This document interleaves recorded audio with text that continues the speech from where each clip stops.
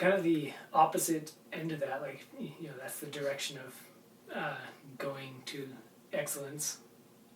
And the universe doesn't make mistakes. The more you go to excellence, the more excellent everything is. Mm-hmm. The other end of it is like, the more you don't apply, the universe doesn't make mistakes, the less excellent everything is. And it's amazing how obvious that is, that kind of like, it's not a what do you call it, not a contrast, but like and it's not a complement of each other, but like a dichotomy almost, where if you are doing things, so you become excellent and then you do things, those things have so much excellence embedded into them, and so it's like just efficient and good, and it's all for like all the best reasons that you can name.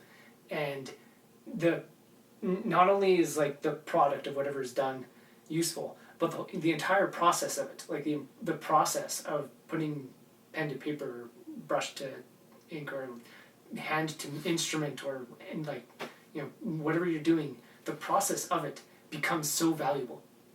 Where if not doing it with excellence, if thinking I need to battle the universe because like it's not working for me, it's not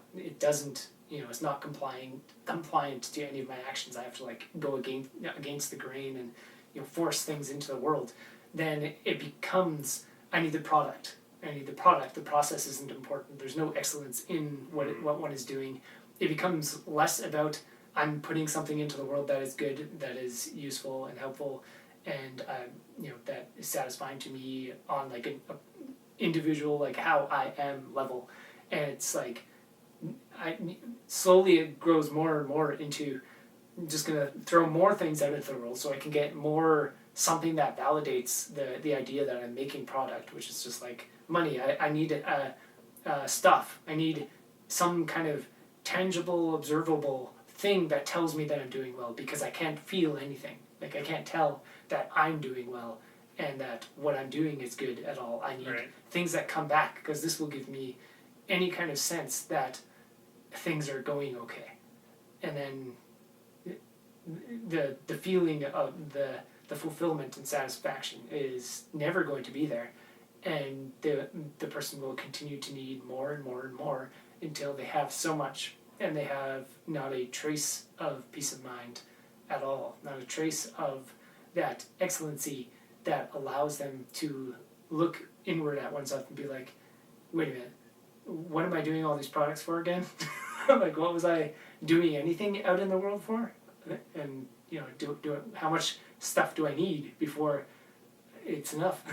Like that inclination, that thought might never come up, because the person has not spent that, just a moment really, like that, had that epiphany, or spent the diligent time to be like, let me develop a bit of excellency so that there's a trace of it in what I'm doing, like the act of living. And it doesn't matter what the product is, if there's excellence in whatever product it is, then that's where all of the value is, that's where all of the importance is. So it could be like the story of the guy delivering a handful of dirt to a tree where the Buddha sat, or like a school or something, for somebody to get Dhamma, to learn a meditation, to get a little better at life.